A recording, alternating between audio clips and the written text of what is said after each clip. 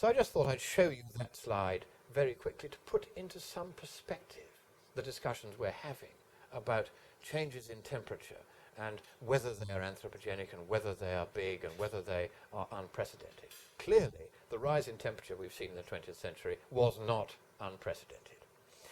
Now, then there's another rather interesting slide that somehow the professor found it expedient not to refer to.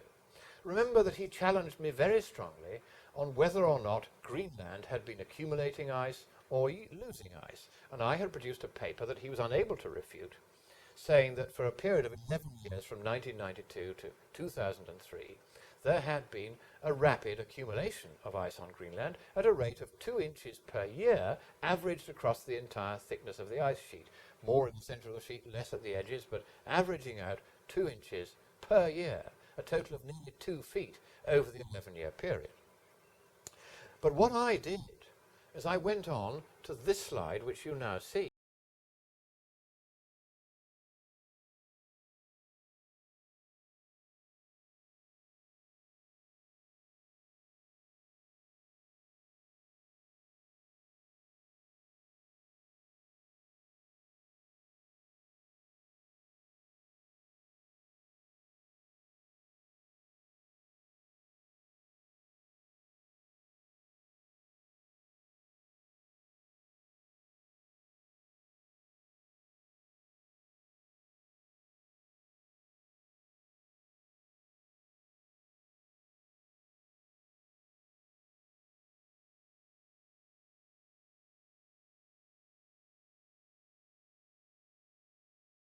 Around both of these stations. The Greenland ice is indeed accumulating. Now, we have to be a little careful. Ice is elastic. It doesn't look like it or feel like it, but it is in fact elastic. If you have a heavy weight pressing down on it, as these buildings no doubt are, they could be compressing the ice beneath them, and they could be slowly sinking through the ice. There is a possibility of that. I haven't been to examine these sites to find out how much that is the case, or whether it is accumulation of snow and firn, and then eventually packed down into ice. I suspect it may be 6 of one and half a dozen in the other, but nevertheless, it is clear that looking at these pictures, we certainly don't see evidence of a terrible disintegration of the Greenland ice sheet. And here's another slide.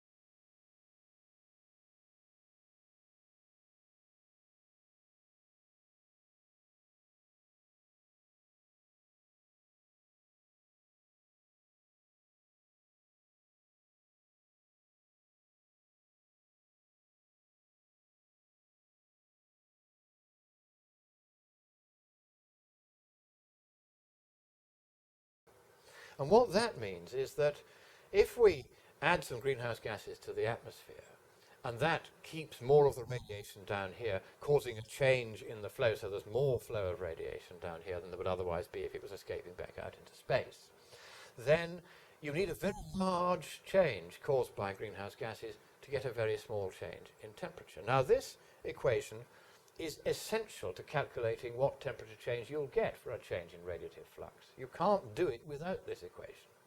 It is the fundamental equation that astrophysicists use. Now, here's the point. Not once in the 2001 report of the IPCC, not once in the 2007 report, does this equation get a mention. It's not because they don't know about it, it's because they do. They know that anyone looking at this equation would see at once that we don't have a very big problem with the climate, because just looking at the equation tells a mathematician big change in radiative flux caused by greenhouse gases needed to make very small change in temperature. No problem, let's get on to something else. So, let's get on to something else. Another thing the professor found uncongenial to discuss.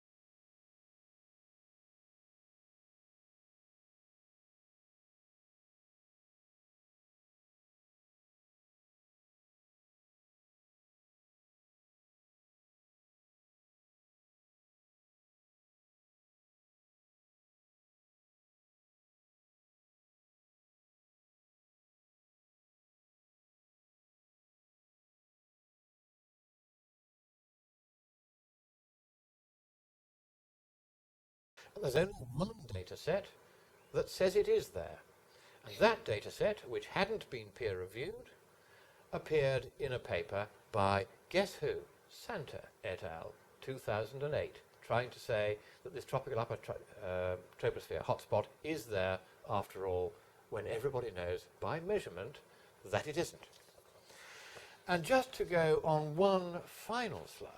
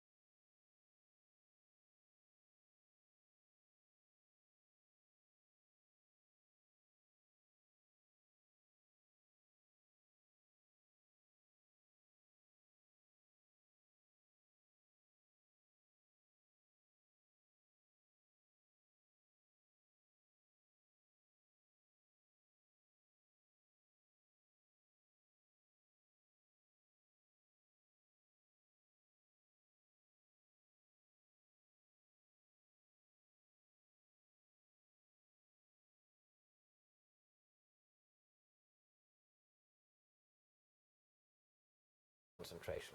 Answer, according to this paper, 0.7. K is for Kelvin, which is the same thing as Celsius. That would be about 1.3 Fahrenheit, say. For a doubling of CO2 concentration, not exactly an alarming temperature rise, given that we're going to take about a century to double the CO2 concentration.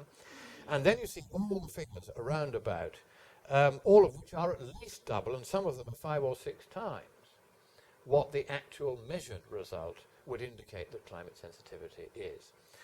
And so that's a very important measured result done by Professor Richard Lindzen of MIT. We're not talking about somebody stupid here. We're talking about the world's foremost atmospheric physicist, just on the point of retirement, who's had a stellar career in explaining the mysteries of the atmosphere to his fellow scientists.